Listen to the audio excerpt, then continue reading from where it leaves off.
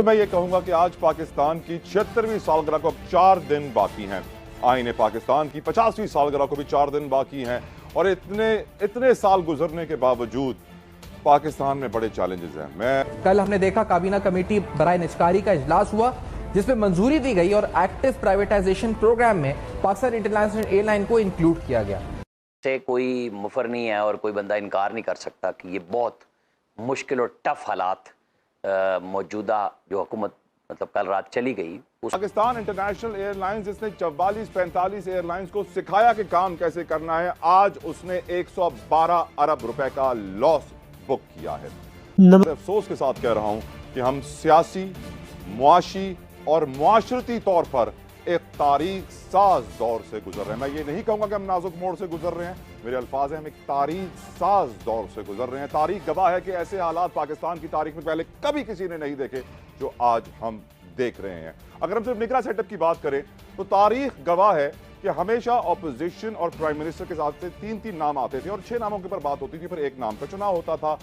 कभी भी तारीख में इस तरह निगरां वजीर आजम का नाम और सेटअप का नाम सीगा राज में नहीं रखा गया। तारीख गवाह है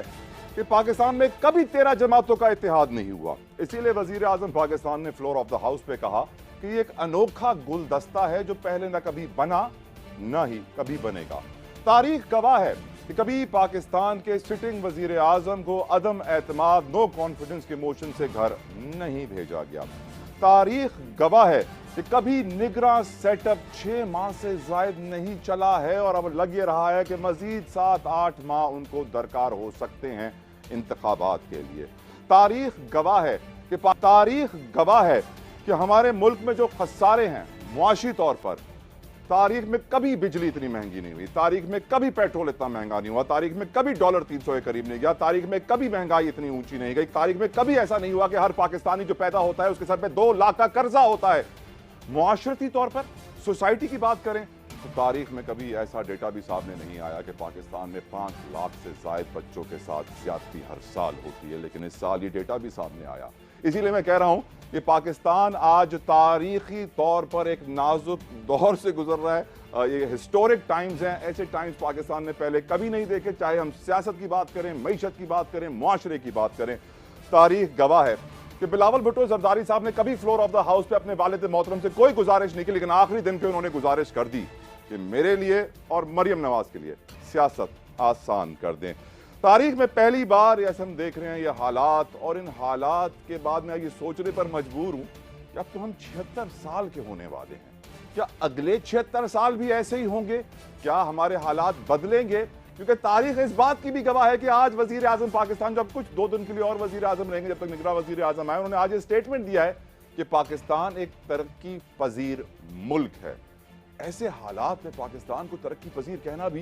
एक तारीखी जुमला है। अगर ने पैदा किए, और अभी जो काज़मी साहब कह रहे हैं वो बिल्कुल ठीक बात है कि 16 माह को हम कई साल भुगतेंगे, लेकिन अगर हम सिर्फ इस हद तक बात करेंगे तो ये ज़्यादती होगी। हमें देखना होगा कि एक हाइब्रिड रिजीम जो पैदा की गई 16, 17 और 18 में, जहां अदलिया ने मिल के एक चलती हुई हुकूमत को बहुत अच्छे अदाद शुमार के साथ, दहशतगर्दी ख़त्म हो चुकी थी, एनर्जी का बुरान ख़त्म हो चुका था, उसको निकाला, सजा दी और एक लाडले को ला के इस मुल्क पे मुसल्लत किया और फिर निकाला, क्योंकि उसने न सिर्फ आम आदमी जिसकी उसके साथ बहुत मोहब्बत थी, लोगों के वोट थे उसके साथ, उनको भूल गया, उसकी सिर्फ नफ़रत मौजूद थी कि ये चोर और डाकू हैं, और जो वो कहता रहा उसके उलट वो बतौर वज़ीर आज़म, वो उसकी फैमिली, उसके लोग, कैबिनेट सब वो करती रही। उसकी कैबिनेट के लोग बताते हैं जो उसके साबिक वज़रा हो गए, अब उन्होंने सब ने आके एक एक तमाशा बताया कि कैसे होता है। ये सही रास्ता होगा और हम ये जो वक्त है, ये वक्त मुनासिब है आपके नजदीक जिस पर हम फैसला करने जा रहे हैं डॉक्टर साहब? PIA की निजकारी का फैसला किसी वक्त भी हो वो कौमी मफादात और कौमी सलामती के से मुतसादिम है, इसलिए कि ये बात सब तस्लीम करते हैं कि PIA के पास जो गारंटीड बिजनेस है समझदार पाकिस्तानियों का, 24 करोड़ आवाम का, वो ट्रैवलिंग करते हैं, उम्रा करते हैं, हज के लिए जाते हैं, दोस्तों से मिलने जाते हैं, तो ये मुनाफे में आ सकता है। एक दफ़ा मैंने ये बात की थी एक प्रोग्राम में कि जी इसको मैं आपको बताता हूँ किस तरह मुनाफे में लाएं, तो PMLN के एक सीनियर रहनुमा ने कहा कि आप मुझे क्या बताएंगे, हमें भी पता है कि ये मुनाफे में आ जाएगा, لیکن ہمیں خطرہ یہ ہے اگر ہم اس کو منافع میں لے آئے اگلی حکومت آ کے اس میں لوٹ مار کرے گی، اس لیے ہم اس سے جان چھڑا لیں۔ اگر یہ آپ نے سوچ اپنا لی ہے تو پھر تو خدا ہی حافظ ہے، اس کو کیسے قوم ایکسیپٹ کر سکتی ہے؟ میں سمجھتا ہوں گا کہ یہ بڑا غلط فیصلہ ہے اور حکومت کو مجبور کرنا چاہیے کہ اس کو آپ منافع بخش لانے کے لیے اقدامات کریں۔ کل کو تو یہ کہیں گے کہ جو ہمارے بلوچستان کے سارے کئی ہزار ارب کے وہاں منرلس ہیں ان کو بھی آپ بیچ دیں، پھر اپنی کیبنٹ کو بھی پرائیویٹائز کر دیں، یہ خطرناک بات ہے۔ لیکن ڈاکٹر صاحب پھر اس کا، کیونکہ ہم نے دیکھا ہے کہ تواتر سے سیاسی حکومتیں آئیں، دوسری دیگر حکومتیں بھی آئیں، ہائیبریڈ ماڈل، ہر طرح کی چیزیں آئیں، سب نے کوشش کی ایک ریویمپ پلان 2019 میں جب سابقہ حکومت تھی پی ٹی آئی کی وہ لے کر آئے، اس سے قبل 2016 میں پاکستان مسلم لیگ نون ایک قانون لے کر آئی، کنورژن کر دیا اس کا، اور اس میں پابندی لگا دی قانونی طور پہ کہ اس کے مینجمنٹ کنٹرول یعنی 51% اسٹیک ٹرانسفر نہیں ہو سکتا۔ تو ان تمام پس منظر کو سامنے رکھتے ہوئے ساری سیاسی قیادتیں آ چکی ہیں، جرمنی سے لوگ بلا کے سی او لگا دیے گئے، ادھر بھی انہوں نے بھی کرپشن ہی کی اس میں، تو ہم کس طرح اور کیسے آزمائیں یا مزید پروفٹ کیسے اس کو کر سکتے ہیں سر؟ کیونکہ ہر چیز ہی ہم آزما چکے ہیں تقریباً